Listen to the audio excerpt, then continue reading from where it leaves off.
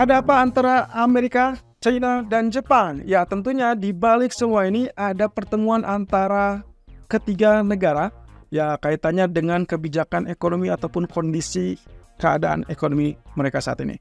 Oke, dimulai dari pertemuan Amerika dan Jepang, lalu kemudian lanjut juga dengan potensi pertemuan antara PBOC dan juga Gubernur Bank Federal Reserve, dalam hal ini adalah Powell.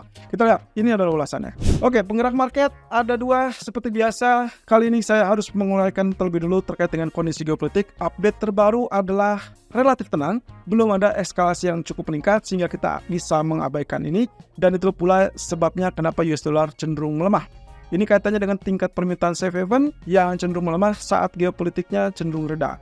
Tapi hati-hati, ini belum selesai, belum menandakan tuntas 100%, dan kita masih tetap harus bisa memperhatikan untuk mencermati perkembangan lebih lanjut, terutama mendekati akhir pekan. So, jangan alihkan perhatian Anda, tapi ya, untuk hari ini sementara kita abaikan terlebih dulu. Nah, kemudian yang kedua adalah terkait dengan pertemuan antara Jepang, Amerika, dan Korea Selatan. Mereka membahas terkait dengan superiornya dolar. Dalam hal ini, Tokyo ataupun Seoul, atau kita lihat di sini potensi mata uang kedua negara yang kecenderungannya relatif lemah terhadap dolar dan bisa dibilang paling lemah di antara semua mata uang. Itulah sebabnya mereka memberikan rekomendasi untuk melakukan pertemuan.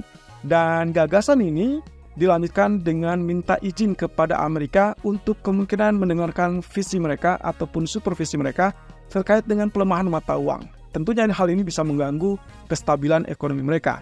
Walaupun ya ada beberapa catatan cukup positif tentunya dari pelemahan mata uang yen. Karena itu berarti ya katakanlah dengan ekspor yang akan cenderungnya lebih meningkat, tapi sayangnya untuk impor berarti biayanya akan sangat tinggi. Itu sebabnya mereka mencoba untuk berupaya mengintervensi mata uang, tapi sebelum itu dilakukan mereka harus minta izin kepada pemilik dolar, yaitu tentunya Menteri Keuangan Janet Yellen.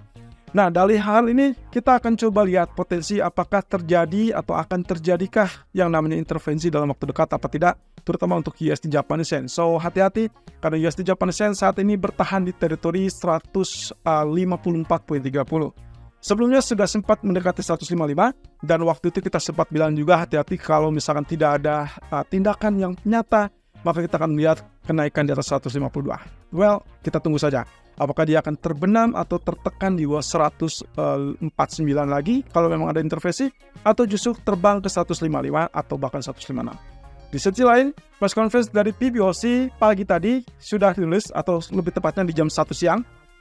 Ya, Gubernur PBOC dan juga pejabat terkait dengan mata uang forex dari China mengatakan mereka akan berupaya untuk menjaga kestabilan ekonomi. Salah satunya adalah dengan cara kebijakan terkait dengan mata uang. Jadi mereka akan mencoba untuk menjaga kestabilan mata uang yuan supaya tidak terdepresiasi lebih lanjut, dan itu akan mempertahankan at least mungkin ada harapan untuk pertumbuhan ekonomi yang sehat.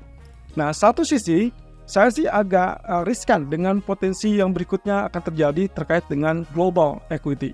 Jadi kalau misalnya kita bicara tentang secara keseluruhannya, ini masih tetap dihantui kemungkinan gagalnya para bank sentral untuk melakukan perubahan kebijakan dikaitkan dengan kenaikan harga minyak. Ini karena dipicu dengan kekhawatiran geopolitik. Tentunya nantinya akan menyebabkan CPI atau inflasi dari masing-masing negara tersebut akan melonjak. Tapi apakah China akan sangat berpengaruh? Seharusnya dia memiliki kesempatan ya kalau misalkan ini terjadi kenaikan inflasi. Berarti ada kesempatan untuk menyatakan bahwa ekonomi mereka relatif mulai pulih ataupun berkembang. Cuman sayangnya, kenaikan karena harga energi tentunya akan berakibat negatif karena itu berarti bukan dipengaruhi oleh tingkat permintaan. Padahal China sangat menginginkan tingkat permintaan domestik tumbuh supaya kelihatan bahwa ekonominya bergerak. Oke, berikutnya adalah terkait dengan pertemuan antara PBOC dan juga Federal Reserve. Dalam hal ini, Gubernur Pan Gong-seng dari PBOC akan melakukan pertemuan dengan Jerome Powell. Nah, apa yang akan dilakukan? Saya belum mendapatkan informasi terbaru terkait jamnya ataupun harinya, tapi ya cukup worth it untuk diperhatikan kurang lebih hari ini dan juga besok. Entah di mungkin sesi Eropa ataupun sesi Amerika, atau mungkin besok pagi di sesi Asia. Tapi yang jelas, keduanya akan membahas terkait dengan ya kondisi ataupun situasi ekonomi terkini dan juga terkait dengan kebijakan moneter ataupun bahkan stabilitas keuangan. Well, saya sih berharapnya di sini akan ada komitmen yang jelas antara keduanya. terutama kaitannya dengan kapan misalkan Fed akan melakukan perubahan kebijakan, karena ini akan sangat berpengaruh luas terhadap global, termasuk yang sudah kita lihat adalah mata uang USD Japanese yang kecenderungan mulai kenaikan. Salah satunya diakibatkan oleh ekspektasi terkait dengan pemangkasan suku bunga Fed di bulan Juni ternyata mulai mengendur alias berkurang.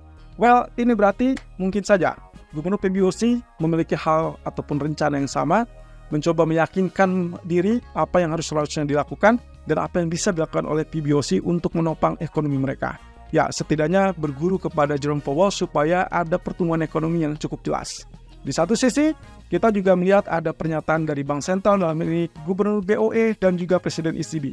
Andrew Bailey mengatakan bahwa inflasi Inggris sepertinya akan turun drastis di periode mendatang, dan itu berarti bulan depan. Karena kalau kita lihat kemarin, mereka memang turun, tapi angkanya juga masih belum terlalu menggembirakan. Nah, dalam hal ini, sebetulnya mereka tidak menutup pintu untuk kemungkinan pemangkasan suku bunga. Cuman, salah satu syarat utama adalah inflasi harus turun di bawah 3%. Syukur-syukur kalau misalkan mendekati ke level 2%. Satu sisi, Presiden ECB Christine Lagarde mengatakan bahwa dengan inflasi mereka, ini adalah kesempatan yang cukup baik. Apalagi kalau kita lihat dari kondisi data ekonomi yang ada, pertumbuhan ekonomi di zona Eropa dikatakan sebagai mediocre atau ya kita bilang saja lemah. Dibandingkan Amerika, tentunya tidak ada apa-apanya. Nah, kondisi ini juga diperkuat dengan pernyataan beberapa pejabat bank sentral lainnya dari ECB, dan ini adalah Gubernur Bank Austria yang mengatakan bahwa ada kesempatan untuk melakukan pemangkasan di bulan Juni, tapi resiko utama adalah geopolitik. Ya, agak sedikit berbeda pandangannya dengan Bailey. Bailey mengatakan bahwa geopolitik bukanlah sesuatu hal yang terlalu mengkhawatirkan seperti yang diperkirakan. Tapi kalau dari ECB mengatakan ini bisa mempengaruhi harga minyak mentah dan harga energi. Dan itulah pula yang mengatakan kenapa bisa terjadi penundaan. Jadi Juli atau Agustus atau mungkin bulan-bulan setelahnya. Semua tergantung dari data ekonomi termasuk data CPI. Tapi bersyukurlah inflasi ini kemungkinan naiknya bukan karena faktor permintaan yang meningkat, melainkan karena harga energi. Seperti yang pernah terjadi di 2022 tentunya. Nah, tapi dalam hal ini berarti kita harus mencoba meyakini kondisi-kondisi saat ini dan kaitannya dengan perbandingan antara bank sentral. Saya kaitkan dengan 5 bank sentral sini, yang 3 adalah seperti BOE, kemudian ECB dan juga Fed, yang 2-nya dari Asia yaitu BOJ dan juga PBOC. Kalau kita lihat dan perhatikan, masing-masing catatannya adalah inflasi yang cukup rendah dan tercatat sampai saat ini ECB tercatat sebagai ya katakanlah inflasi yang relatif progresnya cukup cepat ya, 2,4%. Padahal kalau beberapa waktu lalu kita lihat ECB bisa dibilang mengalami inflasi yang relatif lebih lambat ya untuk mengalami penurunannya. Sementara yang paling cepat awalnya itulah Federal Reserve, tapi sekarang ini inflasi mereka di 3,5%, bandingkan dengan ECB 2,4%. Jadi sebetulnya kalau di antara 3 bank, BOE, ECB, dan Fed, maka kemungkinan yang paling besar untuk melakukan pemangkasan suku bunga yang lebih cepat adalah ECB. So, yang kedua, barulah kita bicara tentang BOE, dan yang ketiga adalah Fed. Ini berarti akan terjadi kasus yang sama mirip dengan keputusan Swiss National Bank 3 minggu lalu atau bulan lalu, saat mereka memutuskan untuk melakukan pemangkasan suku bunga pertama kalinya, dan itu lebih cepat dari Federal Reserve. Well, apapun itu, sebetulnya harusnya kita bisa lihat gejala-gejalanya, lihat saja dari inflasinya, dan ini berarti ada potensi pemangkasan yang paling cepat. Di sisi lain, untuk Asianya, PBOC dan juga BOJ. BOJ sudah keluar dari suku bunga negatif, tapi mereka belum punya rencana untuk menaikkan kembali suku bunganya. Nah, tapi ada kesempatan tersebut dilakukan di bulan Juli, atau bahkan rumor yang lebih pesat itu mengatakan terkuat potensinya adalah di bulan Oktober. Nah, satu sisi, mereka juga memiliki PR utama, yaitu mata uangnya, sehingga mereka diharuskan untuk segera bertindak, karena kalau tidak, berarti kita akan melihat potensi pelemahan lebih lanjut. Nah, PBOC, di satu sisi, mereka memiliki kendala, yaitu terkait dengan memompa tingkat permintaan domestik. Dan inilah yang mungkin akan dibahas bersama Jerome Powell. Jadi kalau kita lihat di sini, antara kedua negara Asia, PBOC masih memungkinkan untuk melakukan stimulus, sementara BOJ kemungkinan akan keluar dari stimulus. Jadi satu sisi kalau kita lihat dari indeks saham, maka harusnya Hang Seng memiliki kesempatan yang cukup luas dan mungkin sampai ke pertengahan tahun, saya rasa masih punya peluang untuk memangkas RRR atau Reserve Requirement Ratio. Oke, economic data malam ini. Kita perhatikan saja data initial jobs claim, kemudian existing home sales dari Amerika. Keduanya cukup baik, dan kalau misalnya kita bicara tentang data klaim pengangguran, maka yang diharapkan adalah datanya relatif tinggi. Kalau itu yang terjadi, emas kemungkinan akan rebound seperti yang terjadi saat ini. Tapi kalau misalkan itu rendah, maka kemungkinan dolar lah yang akan mengalami penguatan. Satu sisi, selain data ekonomi, juga perhatikan pernyataan-pernyataan dari para pejabat Fed, dan kemungkinan inilah hari terakhir, karena saya tidak melihat ada agenda di besok. Tapi mungkin ada satu orang yang muncul di pertengahan ataupun di dini hari nanti. Tapi sayangnya itu akan menjadi hari terakhir atau minggu terakhir bagi Fed, karena minggu depan akan relatif dalam masuk periode blackout. Karena mereka akan bertemu di FOMC kurang lebih 30 April. Dan ini akan menjadi pencetus untuk penggerak berikutnya. Tapi saya rasa FOMC tetap terbaca bahwa mereka tidak akan melakukan perubahan apapun di akhir bulan ini, sehingga fokus mereka akan tertuju kepada kapan dan berapa banyak. Tapi sejauh ini mereka sudah bergeser. Yang terpenting bagi mereka adalah tidak ada dari pejabat Fed yang mengatakan bahwa akan dilakukan kenaikan suku bunga. Jika itu terjadi, maka kemungkinan kita bisa melihat dolar akan cenderung melemah. Tapi kalau misalkan ada satu saja atau bahkan dua pernyataan yang mendukung untuk kenaikan suku bunga, maka kita akan lihat dolar akan kembali superior, emas akan kembali tertekan, dan pasar saham pun akan negatif.